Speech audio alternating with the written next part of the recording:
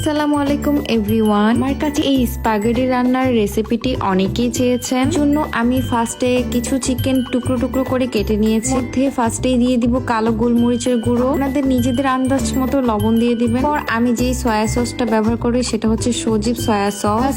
1 cup আমি soya sauce দিয়েছি, রসুন বাটা 1 টেবিল চামচ দিয়েছি। এগুলোকে ভালোভাবে মিক্স করে আমি 30 মিনিটের জন্য রেস্টে রেখে দিব। সসটাকে সেদ্ধ করার সময় আমি এখানে একটু লবণ দিয়ে নিয়েছি। তেল দেওয়ার কারণ হলো যেন নুডলসটি একটার সাথে একটা না লেগে যায়। আমি এই থাই নুডলসটি রান্না করব, আর এটা আপনার হচ্ছে স্বপ্ন সুপার শপে পেয়ে যাবেন। ট্রাস্ট মি, এই নুডলসটা খেতে অনেক বেশি মজা। তো গরম পানিতে নুডলসটিকে জাস্ট আপনি 10 মিনিট রান্না করবেন। 10 মিনিট পর দেখবেন নুডলসটি সিদ্ধ হয়ে গিয়েছে। পর এক্সট্রা পানিগুলোকে একটা ঝাড়নিতে ঝেড়ে নিবেন। পর আরেকটা প্যানের মধ্যে আমি একটু বাটার নিয়েছি। ম্যারিনেট করা চিকেন গুলোকে এখন আমি বাটারে কিছুক্ষণ ভেজে নিব। আমি কিছু গাজর এন্ড আলু কেটে নিয়েছিলাম, এগুলোকে কিছুক্ষণ একসাথে মিক্স করে রান্না করে নিব। পর আমি এখানে পেঁয়াজ আর কাঁচামরিচ দুটোই অ্যাড করে নিয়েছি। এখন কিছুক্ষণ এগুলোকে ভালো মতন একসাথে নেড়ে চেড়ে মিক্স করতে হবে। মিক্স করা হয়ে গেলে আমি আবার একটু প্যানে বাটার দিয়ে নিয়েছি। এখন আমি এখানে রসুন কুচিটিকে ভালো মতো ভেজে নেব।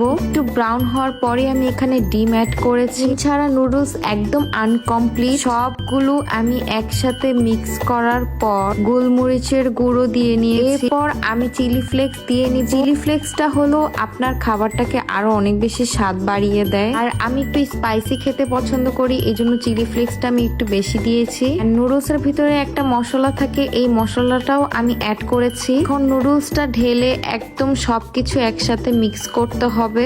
একটু মিক্স করার পর আমি এখানে সয়া সসও একটু অ্যাড করে নিয়েছি। এন্ড ভালো মতো 2 মিনিট নেড়ে চেড়ে নামিয়ে ফেলবেন। আর এই তো আমার স্প্যাগেটি রেডি হয়েছে। এন্ড ট্রাস্ট মি, এটা খেতে অনেক বেশি মজা। আমি প্রথমেই বলেছি আমার বাসায় সবাই অনেক পছন্দ করে। আপনারা ট্রাই করে আমাকে অবশ্যই জানাবেন। তো অনেক মজা করে খেয়েছি। এন্ড আজকের ভিডিওটি এই পর্যন্ত। সবাই ভালো থাকবেন, সুস্থ থাকবেন। আল্লাহ হাফেজ।